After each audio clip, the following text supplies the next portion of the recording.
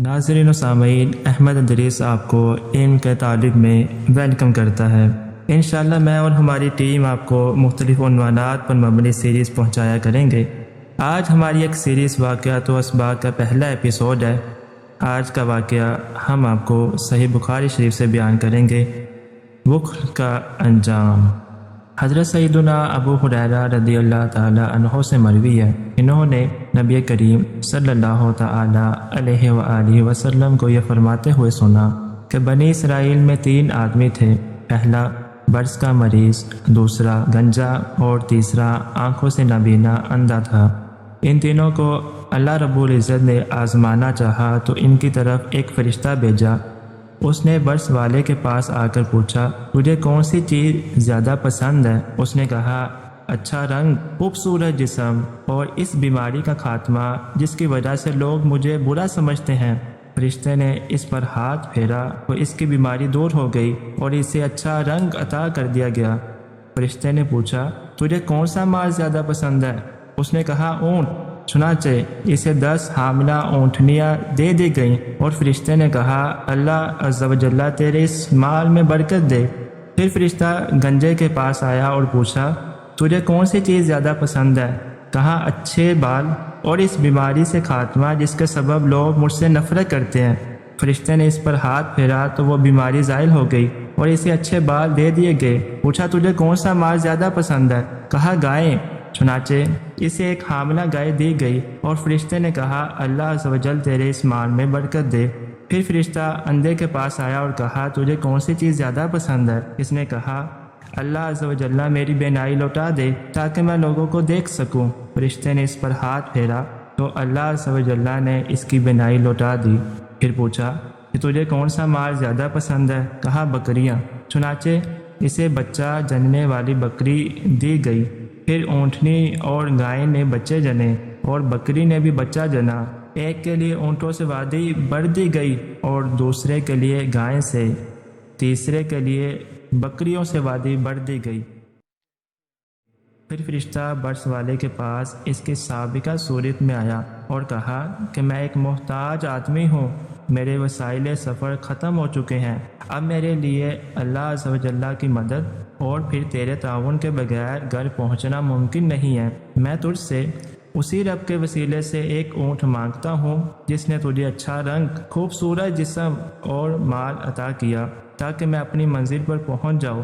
یہ سن کر اس نے کہا، میرے اخراجات بہت زیادہ ہیں، میں تجھے کچھ نہیں دے سکتا۔ فرشتے نے کہا، شاید میں تجھے پہچانتا ہوں، کیا تو برس زدہ نہ تھا؟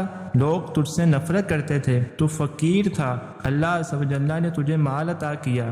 اس نے کہا، یہ مال تو میرے آباء و اجداد سے منتقل ہوتا ہوا میرے پاس پہنچا ہے۔ فرشتے نے کہا، اگر تو جھوٹا ہے تو اللہ عز و جل تجھے پہلے کی طرح کر دے۔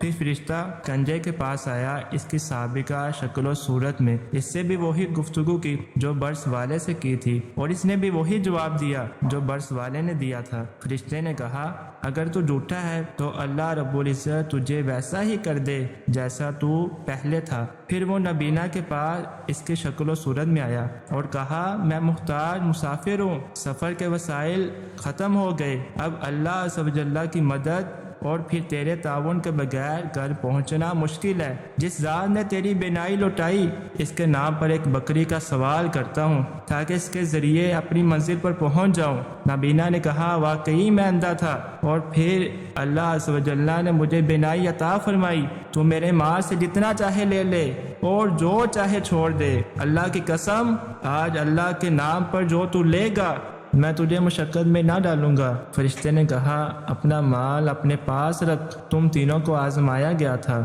بس اللہ رب العزت تجھ سے راضی ہوا اور تیرے دونوں ساتھیوں سے ناراض ہوا۔ ناظرین و سامعین، اس واقعے سے حاصل ہونے والے پوائنٹس پر ہم روشنی ڈالتے ہیں۔ ہر شخص کو اپنی اصلی فقیری اور گزشتہ مصیبتیں یاد رکھنی چاہیے کہ یہ شکر کا ذریعہ ہے۔